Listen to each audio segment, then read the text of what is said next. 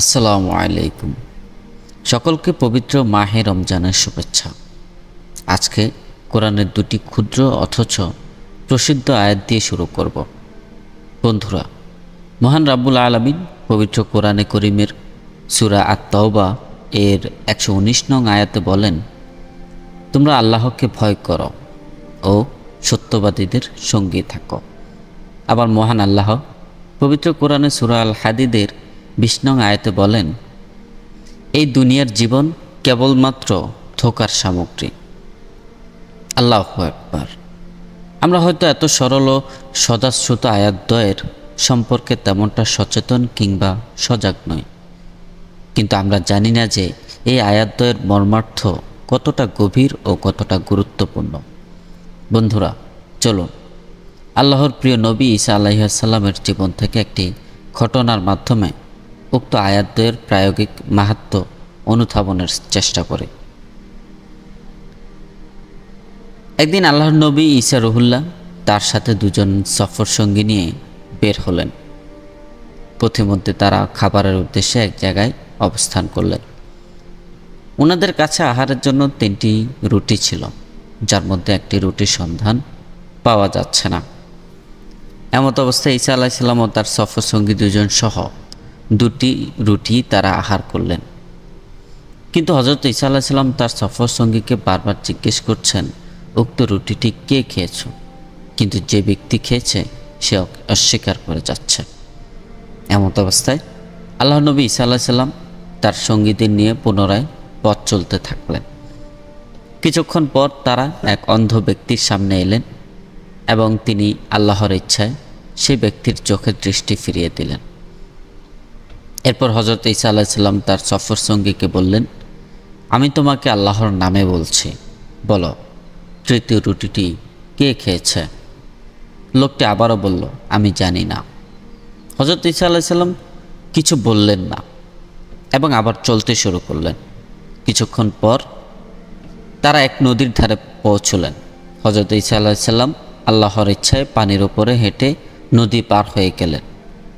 লোকটি বিস্মিত হয়ে গেল। হযরত ঈসা আলাইহিস সালাম বললেন, আল্লাহর নামে বলছি, বলো তৃতীয় রুটিটি কে খেয়েছ? লোকটি এবারও বলল, আমি জানি না। অবশেষে তারা এক মরুভূমিতে পৌঁছলেন।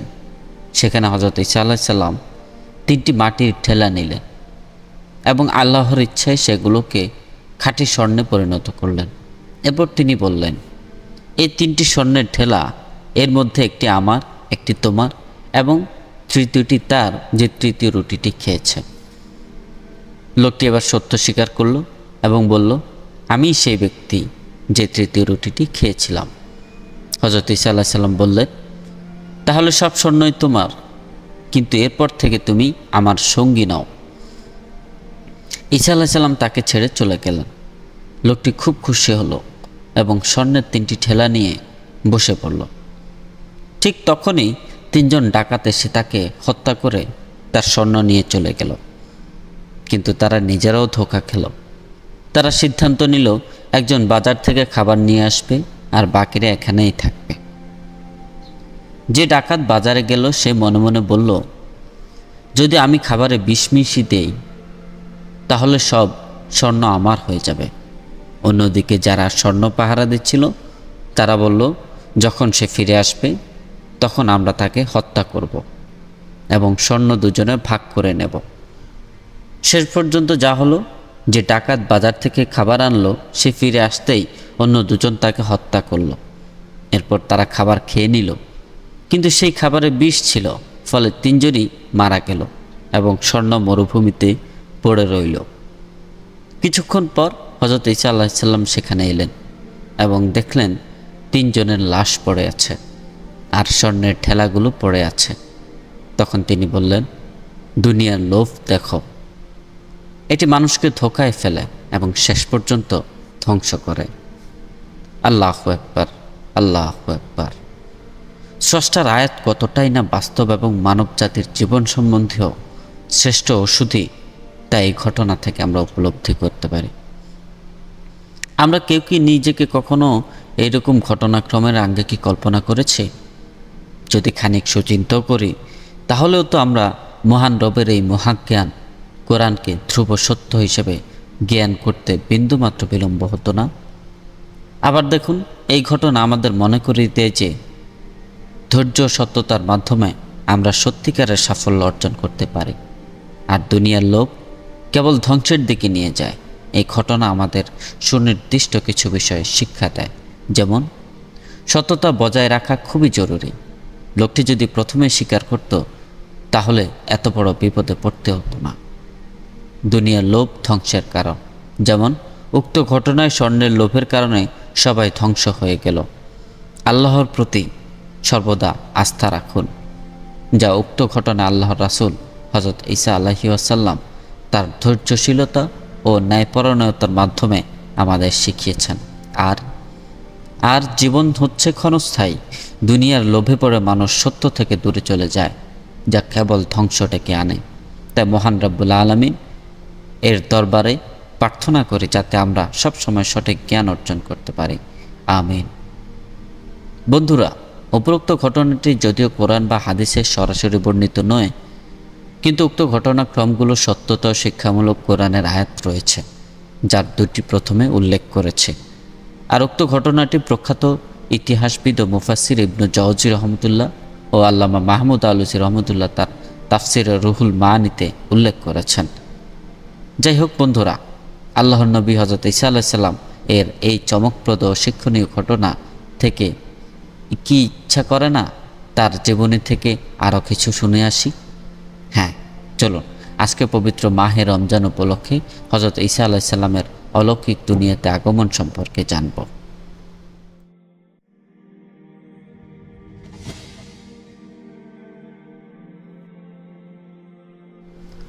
সকলকে আবারও পবিত্র মাহে রমজানের শুভেচ্ছা। আহলান সাহলান মাহে রমজান। পরম করুণাময় মহান রব্বুল আলমিনের আজিমুশান দরবারে সাহায্যের প্রার্থনা রেখে হাজারো কোটি দরুদ ও সালাম পেশ করছে রহমাতুল্লিল আলামিন মোহাম্মদ মুস্তাফা সাল্লাল্লাহু আলাইহি সাল্লামের দরবারে। বন্ধুরা, পবিত্র মাহে রমজান মাসের সাধনাময় সিয়ামকে আরও সার্থক ও সফল করে তুলতে বইয়ের মলাট চ্যানেল পক্ষ থেকে বিশেষ আয়োজন রমজানের আলো, প্রতিদিন এক নূতন উপলব্ধি। এই অনুষ্ঠানে আপনাদের আমন্ত্রণ জানাচ্ছে। নবী, রাসূল, সাহাবায়ে কেরাম, ইমাম, মুজতাহিদ, ওলিয়া উলিয়াদের জীবনের উল্লেখযোগ্য ও শিক্ষণীয় ঘটনা নির্ভর এই অনুষ্ঠানে আজকের পর্বে থাকছে হযরত ঈসা আলাইহিস সালাম ও তার অলৌকিক জন্ম, ঈমানের দৃঢ়তা ও আল্লাহর পরীক্ষা পরিকল্পনা।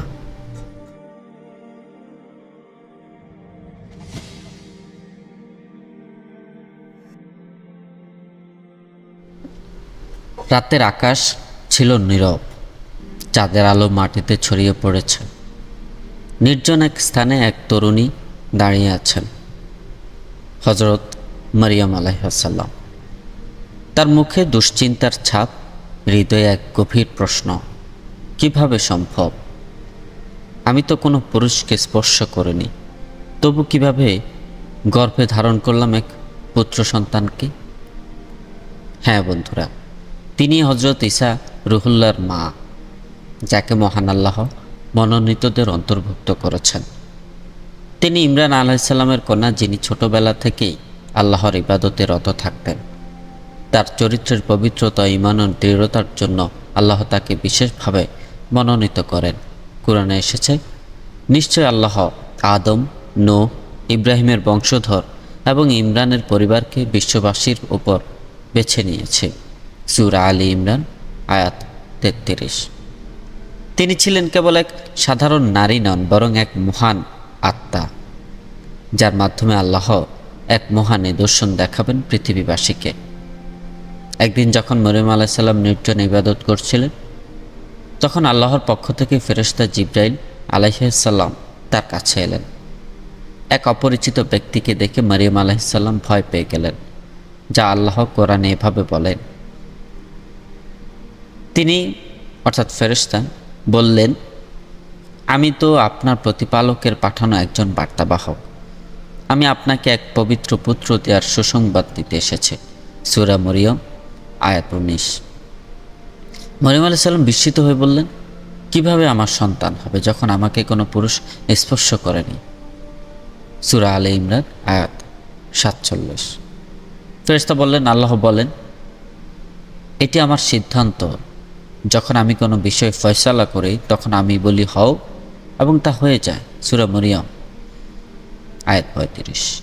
এই কথাগুলো শুনে মরিয়ম আলাইহিস সালাম বুঝতে পারলেন এটি কোনো সাধারণ ঘটনা নয়, বরং এটি আল্লাহর পরিকল্পনার অংশ। তিনি ধৈর্য ধরলেন এবং আল্লাহর প্রতি পূর্ণ আস্থা রাখলেন। সময়ের পরিক্রমায় মরিয়ম আলাইহিস সালাম গর্ভবতী হলেন। যখন সন্তান জন্মদানের সময় ঘনিয়ে এলো তখন তিনি একা একটি নির্জন স্থানে আশ্রয় নিলেন। তিনি ছিলেন সম্পূর্ণ অসহায়, কিন্তু আল্লাহ তার প্রতি দয়া করলেন। যখন তিনি প্রচণ্ড যন্ত্রণা অনুভব করেছিলেন তখন তিনি একটি খেজুর গাছের নিচে বসে পড়লেন। আল্লাহ তাআলা কোরআনে বলেন, তখন প্রসব বেদনা তাকে খেজুর গাছের গোড়ায় নিয়ে গেল, আর তিনি বললেন, হায়, এর আগে আমি যদি মারা যেতাম তবে কেউ আমাকে ভুলেও যেত। সূরা মরিয়ম আয়াত 23। আল্লাহ তখন তার প্রতি করুণা দেখিয়ে বললেন, তুমি খেজুর গাছের ঢাল ধরে ছাঁকাও, তাতে তোমার জন্য তাজা খেজুর পড়বে, আর তুমি খাও এবং চোখ ঠান্ডা করো। সূরা মরিয়ম আয়াত 25-26। এভাবে এক অলৌকিক রাতে মানব ইতিহাসের অন্যতম বিস্ময়কর শিশু জন্ম নিলেন, হযরত ঈসা আলাইহিস সালাম। এবং যখন মরিয়ম আলাইহিস সালাম নবজাতক ঈসা আলাইহিস সালামকে নিয়ে মানুষের সামনে এলেন তখন সবাই বিস্মিত হয়ে গেল। কেউ তাকে বিশ্বাস করতে চাইল না। লোকেরা বলতে লাগলো, হে মরিয়ম, তোমার পিতা মাতা ধার্মিক ছিলেন, আর তুমি এ কী করেছ? সূরা মরিয়ম আয়াত 28। মরিয়ম আলাইহিস সালাম কোনো উত্তর দিলেন না, শুধু শিশুর দিকে ইঙ্গিত করলেন। তখনই এক অলৌকিক ঘটনা ঘটে। নবজাতক ঈসা আলাইহিস সালাম নিজেই কথা বলতে শুরু করলেন, আমি আল্লাহর বান্দা। তিনি আমাকে কিতাব দিয়েছেন এবং নবী করেছেন। তিনি আমাকে বরকতময় করেছেন যতদিন আমি জীবিত থাকি। সূরা মরিয়ম আয়াত 30-31। এই বিস্ময়কর ঘটনা দেখে সবাই হতবাক হয়ে গেল এবং বুঝতে পারল এটি আল্লাহর এক মহা নিদর্শন। সুবহানাল্লাহ। সত্যি আল্লাহ তাআলা যদি কোনো কিছু করতে ইচ্ছা করেন তার কোনো মাধ্যমের প্রয়োজন হয় না, শুধুমাত্র তারই হুকুমের অপেক্ষা। আল্লাহু আকবার। এভাবে হযরত ঈসা আলাইহিস সালামের দুনিয়া গমনের ঘটনা দিয়ে যে অলৌকিকতার নিদর্শন তিনি দেখিয়েছেন তার ধারা তিনি তার প্রিয় রাসূলের মাধ্যমে জারি রেখেছিলেন। যেমন আল্লাহ ঈসা আলাইহিস সালামকে এমন কিছু অলৌকিক ক্ষমতা দান করেছিলেন যা তার নবুয়তের প্রমাণ বহন করে। যেমন তিনি মৃত ব্যক্তিকে জীবিত করতেন। সূরা আলে ইমরান আয়াত 49। জন্মান্ধ কুষ্ঠ রোগীদের আরোগ্য করতেন। আলে ইমরান 49। মাটির তৈরি পাখিকে জীবিত করতেন। আলে ইমরান 49। মানুষের গোপন কথা বলে দিতে পারতেন। সূরা আলে ইমরান আয়াত 49। তবে তিনি সবসময় বলতেন, এইসব আমি নিজে করি না, বরং আল্লাহর অনুমতিতে হয়। বন্ধুরা, এখানে আমাদের কিছু শিক্ষণীয় দিক রয়েছে। যেমন আল্লাহ যা চান তা করতে পারেন। হযরত ঈসা আলাইহিস সালামের অলৌকিক জন্ম আমাদের শেখায় যে আল্লাহর ইচ্ছার সামনে কোনো কিছুই অসম্ভব নয়। তাওহীদের শিক্ষা। হযরত ঈসা আলাইহিস সালাম সবসময় বলতেন, আমি আল্লাহর বান্দা। তিনি কখনো নিজেকে ঈশ্বর বা আল্লাহর সন্তান বলেননি। সমাজের কটূক্তির পরোয়া না করা। মরিয়ম আলাইহিস সালাম যখন অপবাদ শুনলেন তখন তিনি ধৈর্য ধরলেন এবং আল্লাহর ওপর ভরসা রাখলেন। আল্লাহর রহমতের প্রতি দৃঢ় বিশ্বাস। কঠিন সময়ে আল্লাহর উপর নির্ভর করলে তিনি সাহায্য করেন।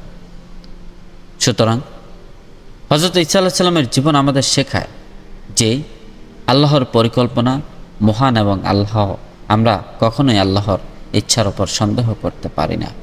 আল্লাহ যা চান তাই সৃষ্টি করেন। যখন তিনি কোনো বিষয়ে সিদ্ধান্ত নেন তখন বলেন হও, আর তা হয়ে যায়। সূরা আলে ইমরান আয়াত 47।